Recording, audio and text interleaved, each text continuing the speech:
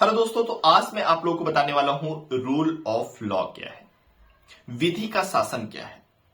विधि का शासन का मतलब होता है कि सभी नियम कानून एक लिखित रूप में होना चाहिए। मीन्स कि कुछ भी नहीं कह सकते हैं कि लिखित नहीं है।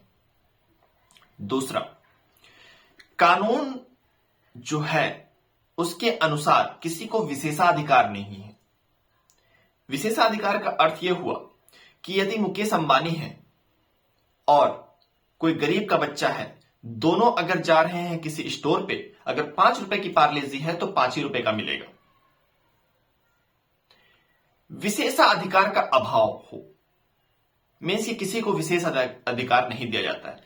और क्या हो सकता है विशेषाधिकार? जैसे चुनाव में एक वोट पड़ रहा है, एक वोट की उतनी ही वैल्यू होगी जितनी मुकेश अंबानी की होगी, और उतनी ही वैल्यू होगी किसकी? जितने एक गरीब परिवार का होगा। उसे कहते हैं विशेषाधिकार का अभाव। ऐसा नहीं कि आप अमीर हो तो आपको एक वोट की वैल्यू हो वो 10 गुना बढ़ जाए, और आप गरीब हो तो एक वोट की वैल्यू एक ही रह जाए। ऐसा नहीं।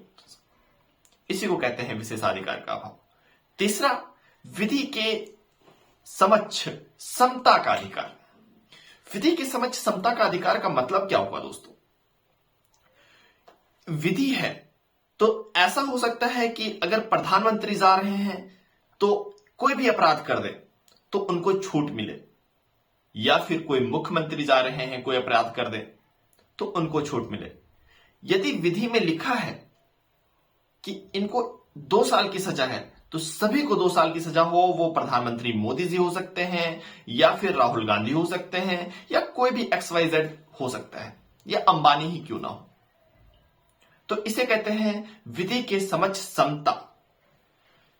फिर विशेषाधिकार का अभाव, और सभी प्रावधान लिखित रूप में हो। इसी को हम लोग कहते हैं विधि का शासन दोस्तों।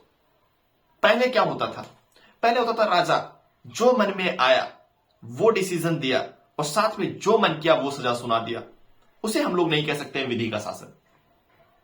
ऐसा इसलिए क्योंकि वो अपने विवेक से निर्णय ले रहा है, अपने दिमाग से निर्णय ले रहा है।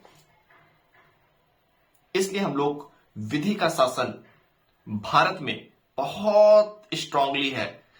अब कभी कभी क्या होता है, भ्रष्टाचार के कारण सही निर्णय या फिर सही सजा नहीं मिल पाता है, सही सबूत नहीं मिल पा रहे हैं। इस वजह से उसे अपराध घोषित नहीं किया जा सकता। क्यों? इसमें भ्रष्टाचार है। जो ऊंचे पद पे हैं वो भ्रष्टाचार में लिप्त हैं।